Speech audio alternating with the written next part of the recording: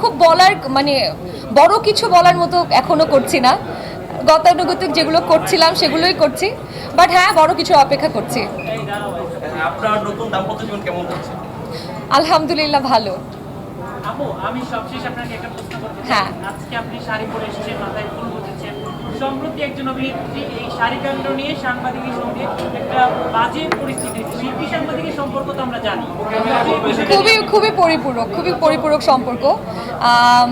আমি আমি আসলে খুবই ডিপ্লোম্যাটিক কোয়েশ্চেন, এটা অ্যান্সার দিতে হবে আমাকে, বাট আমি বলবো যে এটার আরেকটু সুন্দর সমাধান হওয়া যেত। অনেক দূরে চলে গেছে, মানে এটা এত দূরে যাওয়ার মতো। হ্যাঁ, একটা সেন্সিটিভ ইস্যু অবশ্যই, মানে ওই সেন্সিটিভ ইস্যুটা যদি একদম ফোনে আমরা যদি পরিবারের মতো পারিবারিকভাবে চুপি সারে এটা শেষ করতে পারতাম তাহলে হয়তো বেশি ভালো ছিল, রেদার দেন সোশ্যাল মিডিয়াতে এত যে তোলপাড় একটা। এবং মামুন ভাই আমাদের অনেক সিনিয়র একজন। শুধু শুধু এই সমাজ কিছু কিছু জায়গায় আমাদেরকে একদমই শুধু নারী হওয়ার কারণে কিছু কিছু অসুবিধায় ফেলে, বাট এই অসুবিধাগুলো যদি একটু নিউট্রালাইজ করা যায় তাহলে আমাদের জন্য একটু আরাম হয় বাঁচতে।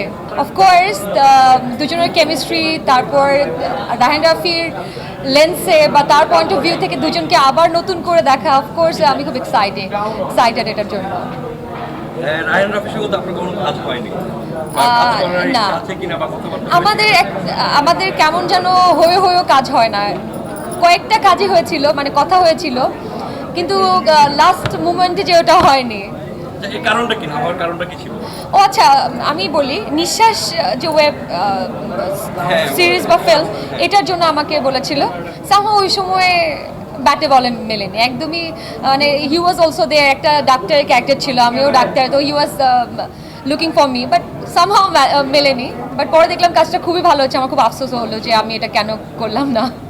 চমক ফেসবুকে বেশ সরব, সামাজিক নানা ইস্যু নিয়ে বিভিন্ন সময় বিভিন্নভাবে দেখা গেছে। রিসেন্ট কিছু ইস্যুতে দেখা গেছে, এই কিছুদিন আগে আপনি একটা স্ট্যাটাস দিয়েছেন নারী নিয়ে, এটা আসলে কিসের জন্য ছিল? এটা নিয়ে অনেকের কৌতূহল, কবিতার মতো করে বলেছিলেন নারী।